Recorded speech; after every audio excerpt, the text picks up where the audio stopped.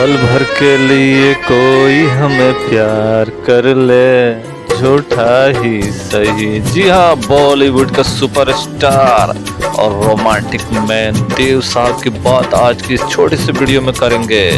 कहते हैं जब देव साहब मुंबई आए थे तो उनकी जेब में सिर्फ 30 रुपये थे, ओनली 30 रुपीज। इसके बाद उन्होंने अपनी मेहनत और काम के प्रति निष्ठा से इन 30 रुपये को लाखों में बदल दिया। जी हाँ दोस्तों, देव आनंद का जन्म 26 सितंबर 1923 को पंजाब के सकरगढ़, जो कि अब पाकिस्तान में है, वहाँ हुआ था। देव साहब को स्कूल में डीडी कहकर पुकारा जाता था। उनका पूरा नाम धर्मदेव आनंद, जो कि बहुत कम लोगों को पता है, लेकिन बच्चे उन्हें डीडी कहकर ही बुलाते थे। शॉर्ट फॉर्म था ये उनका।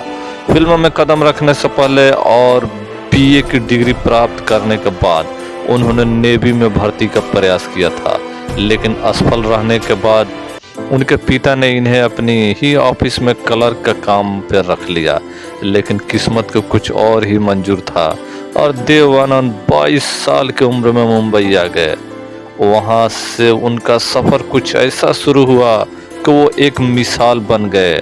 बता दें कि देव साहब की हिट फिल्म काला पानी में उन्हें काले रंग का कोट पहनने से रोका गया, क्योंकि काले रंग के कोट में वो इतने हैंडसम लगते थे कि ये डर था कि कहीं लड़के उन्हें देखकर छत से न कूद जाए। ये क्रेज था देव साहब। तो ये रहा देव साहब का इंट्रोडक्शन। अब बात करते हैं उनके कैरियर की। तो जी हाँ दोस्तों, कैरियर शुरू करने का 2 साल बाद ही फिल्म विद्या, जो 1948 में रिलीज हुई थी, कि शूटिंग के दौरान उन्हें सुरैया से प्यार हुआ। फिल्म के गाने किनारे किनारे चले जाएंगे में दोनों नाव पर सवार रहते हैं और नाव डूब जाती है। हीरो की तरह देव आनंद सुरैया को बचाते हैं और उसी वक्त उन्होंने सुरैया से शादी करने का फैसला भी कर लिया। देव साहब ने उन्हें फिल्म के सेट पर 3000 रुपये की एक अंगूठी देकर प्रपोज किया, लेकिन सुरैया की नानी इस शादी के खिलाफ थी। हालत कुछ ऐसे बने कि देव आनंद और सुरैया की राहें जुदा हो गई। लेकिन दिलचस्प बात यह है कि उसके बाद सुरैया ने किसी और से भी रिश्ता नहीं जोड़ा और वो ताउम्र कुमारी रही। जी हाँ दोस्तों, हमारे देव साहब की मोहब्बत की ये कसक थी। बता दे कि देव आनंद ने जो पहली गाड़ी खरीदी थी उसका नाम हिलमैन मिंग्स था। उन्होंने ये गाड़ी सुरैया के साथ की गई पहली फिल्म विद्या के पैसों से खरीदी थी। बहरहाल देव साहब की जिंदगी में तब कल्पना कार्तिक आ गई। दरअसल गुरुदत्त की पहली फिल्म बाजी में देव आनंद और कल्पना कार्तिक की जोड़ी को लोगों ने खूब पसंद किया। इसके बाद दोनों ने कई फिल्मों में साथ की, जैसे आंधिया, टैक्सी ड्राइवर, 9-2-11। इसी दौरान दोनों के बीच प्यार हुआ और फिल्म टैक्सी ड्राइवर के बाद दोनों ने शादी कर ली।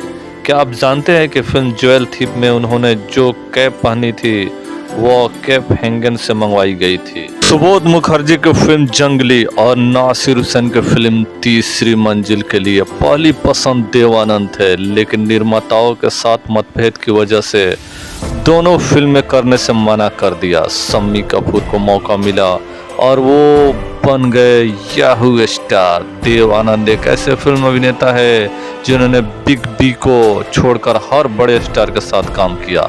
अमिताभ बच्चन जिस जंजीर फिल्म से स्टार बने, उसके लिए पहले देव आनंद को अप्रोच किया गया था। जून 1975 में तत्कालीन प्रधानमंत्री इंदिरा गांधी ने जब देश में आपातकाल लगाने का ऐलान किया तो देव आनंद ने फिल्म जगत के अपने कुछ दोस्तों के साथ मिलकर उसका पुरजोर विरोध किया था। बाद में जब आपातकाल खत्म हुआ और देश में चुनाव की घोषणा हुई तो उन्होंने अपने प्रसंगों के साथ जनता पार्टी के चुनाव प्रचार में भी हिस्सा लिया। बाद में उन्होंने नेशनल पार्टी ऑफ इंडिया के नाम से एक राजनीतिक दल की स्थापना की, लेकिन कुछ समय बाद उसे भंग कर दिया गया। उसके बाद भले ही वह राजनीतिक रूप से सक्रिय न रहे हो, लेकिन समय समय पर विभिन्न राजनीतिक मसलों पर अपनी विवेक राय रखते थे देव साहब। देव साहब की फिल्म हरे राम हरे कृष्ण में उनकी बहन का रोल करने के लिए कोई स्थापित अभिनेत्री तैयार नहीं थी। कई नई लड़कियों के स्क्रीन टेस्ट के बाद भी उन्हें मन मुताबिक चेहरा नहीं मिल रहा था। उसी दौर में एक दिन वो एक पार्टी में जीनत अमान से मिले। वह मिस एशिया का खिताब जीत कर आई थी।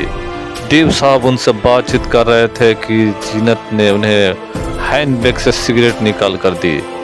उन्हीं यह अदा देखकर साहब को भाग गई और उन्होंने जीनत को अपनी फिल्म के लिए साइन कर लिया। सभी जानते हैं कि मोहम्मद रफ़ी ने देव साहब की बहुत सारी फिल्मों में उनके सदाबहार गीतों को अपनी आवाज़ दी है। यह जानकारी बहुत कम लोगों को होगी कि देव आनंद ने भी रफ़ी के लिए गाना गाया है। जी हाँ दोस्तों, इन दोनों ने वर्ष 1966 में बनी फिल्म प्यार मोहब्बत में साथ में गाना गाया था। देव आनंद ने कई बार 31 जुलाई को रफ़ी की पुण्यतिथि पर आयोजित समारोह में लोगों से इस राज को साझा किया। उन्होंने बताया था कि मैंने कभी गाना नहीं गाया, लेकिन रफ़ी के गाने प्यार मोहब्बत के सिवा ये ज़िंदगी क्या ज़िंदगी है, मैं जो हुर्रे हुर्रे वो मेरी आवाज़ है, मैं बस उतना ही गाया। वही बात करें देव साहब की अवार्ड की तो जी हाँ, 4 बार फिल्म फेयर पुरस्कार जीत चुके हैं। देव आनंद को भारतीय सिनेमा में उल्लेखनीय योगदान देने के लिए वर्ष 2001 में भारत सरकार ने प्रतिष्ठा पद्म भूषण सम्मान से नवाजा। अगले ही साल यानी 2002 में उन्हें सिनेमा का सबसे बड़ा सम्मान दादा साहब फाल्के पुरस्कार दिया गया। 3 दिसंबर 2011 को देव साहब का लंदन में दिल का दौरा पड़ने से निधन हुआ था। अपने अंतिम समय तक वो लगातार एक्टिव रहे और उन्हें मीडिया ने एवरग्रीन स्टार का खिताब दिया। तारीख 3 दिसंबर, वो काली रात जिस दिन देव साहब हमें अलविदा कह गए। इस दुनिया को विदा कहे हुए उन्हें 7 साल हो गए, लेकिन आज भी वो हर सिने प्रेमी के दिलों में बसते हैं। धर्मदेव आनंद उर्फ देव आनंद साहब।